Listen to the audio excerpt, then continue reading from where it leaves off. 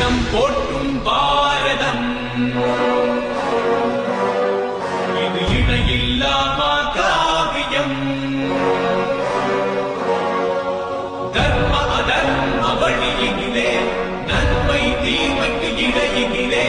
விடையும் போரின் சத்தியம் வென்றிடுமா சக்தியையும்